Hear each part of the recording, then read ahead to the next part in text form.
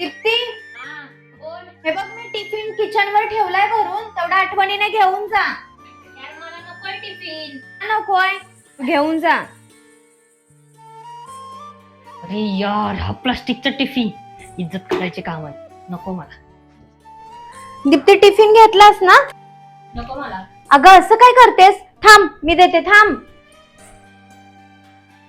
अरे यार, नकोय ताई मला टिफिन. हा प्लास्टिकचा टिफिन आहे. तुला माहिती आहे ना माझं कॉलेज किती मॉडर्न आहे. माझे मित्र मैत्रिणी मॉडर्न आहे. मला नकोय असं. अगं असं काय करतेस दीप्ती? प्लास्टिकचा डब्बा असला म्हणून काय झालं? असंही जेवण पोटातच जाणार आहे ना, मग ते कशातून पण नाही. हे घे. अरे मला लाज वाटते हे नाही. जरा चांगला डबा घेऊन ये ना. नकोय मला. जातो, तुला कळत नाही का? मी नाही येणार. काय करू हिचं समजतच नाही मला. आज जर आई बाबा असते तर ही वेळच आली नसती. कदाचित आजचं चित्र काहीतरी वेगळं असतं. अरे निशा, ऐक ना. अगं मी उद्या पार्टीला नाही येणार. का नाही येणार ग? का नाही येणार काय? तुझ्याकडे मस्त 20,000चा ड्रेस आहे. तो घालून तू येशील आणि मिरवशील.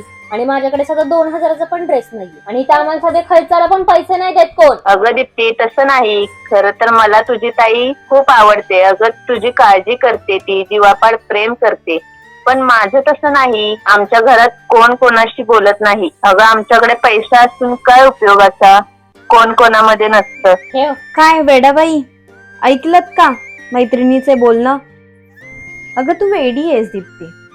मला एक गोष्ट सांग, तुझ्या मैत्रिणीकडे खूप पैसा आहे पण तिच्यावर प्रेम करणारी माणसंच नाही आहेत. आणि तुझ्याकडे तुझी ताई आहे जी तुझ्यावर जीवापाड प्रेम करते, तुझ्या छोट्या छोट्या गोष्टींचा आनंद जपते. मी तुझ्यासाठी काहीही करायला तयार आहे, हे तुलाही चांगलंच माहिती आहे ना.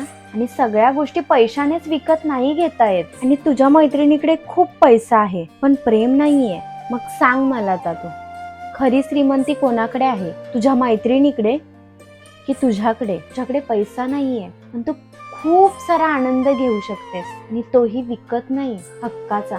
ताई यार, चुकलंच माझं. कसं ग तुम्हाला दरवेळी समजून घेतेस? कधी ओरडतेस, कधी चिडतेस, पण कायमच मला समजून घेतेस. अगं वेडाबाई, मोठी बहीणच ह्यासाठी असते.